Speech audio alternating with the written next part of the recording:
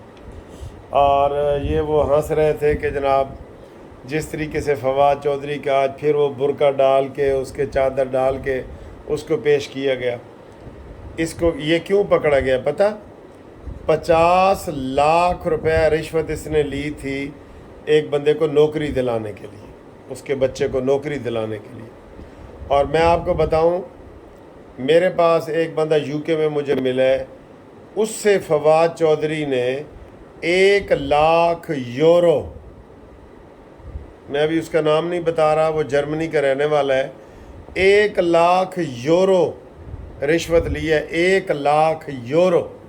یہ کرپٹ ترین انسان ہے جس کے بارے میں خود حامد خان نے کہا ہے، جو پی ٹی آئی کا وکیل ہے حامد خان، کہ جب اس کا چچا ادھر چیف جسٹس تھا لاہور ہائی کورٹ میں، اس نے پورا پنجاب بیچ دیا تھا، اس نے فواد چودھری نے، جو عمران خان بنتا ہے نا بڑا نیک، کہ میرے ساتھ بڑے نیک لوگ لگے ہوئے تھے، یہ ہماری اپنی آنکھوں دیکھا حال ہے کہ اس نے ہمارے سامنے ہی وہ افتخار کے ہوتے ہوئے، چیف جسٹس افتخار کے ہوتے ہوئے پورے پنجاب کو بیچ دیا تھا اس نے، اور اس نے پیسے اکٹھے کیے تھے، اور یہ حامد خان نے یہ بتایا ہے ہمیں، اور ہم نے خود دیکھا ہے۔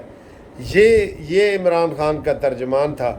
پھر وہ کہتے ہیں جی عمران تو بڑا فرشتہ ہے تو انہوں ملے ہیں جدے بندے نے، بھائی جیسے بندے تم نے بلائے ہیں، ماسی فردوس عاشق اوان، فیاض الحسن چوہان، فواد چودھری، اور تم خود ان کو ہلا شیری دیتے تھے۔ جب فواد چودھری نے مبشر لقمان کو تھپڑ مارا، سمیع ابراہیم کو تھپڑ مارا، تو اس کو نکالنا تھا نا، آپ نے باہر نکالا ہے؟ نہیں نکالا۔ تو سر جی اے گناہ بھی تواڈے نے، اے گناہ بھی تواڈے نے۔ تو دوستو یہ ویڈیو مزید میں لمبی نہیں کرنا چاہتا، میرے پاس اور مواد ہے ادھر بڑا، کافی لوگوں کے نام بھی آئے ہوئے ہیں، لیکن وہ آج نہیں بیان کرنا چاہ رہا، بس ہلکی پھلکی سیاسی گپ شپ لگائی ہے۔ تو اور سنائیں آپ، اللہ تعالیٰ آپ کو خوش رکھے، میسج کریں، انشاءاللہ تعالیٰ گپ شپ رہے گی ہماری آپ کی۔ تو اللہ حافظ۔ 0300472552 منصف اوان ایڈوکیٹ سپریم کورٹ۔ قانونی مشوروں کے لیے ہم آپ کے لیے حاضر ہیں۔ اللہ حافظ۔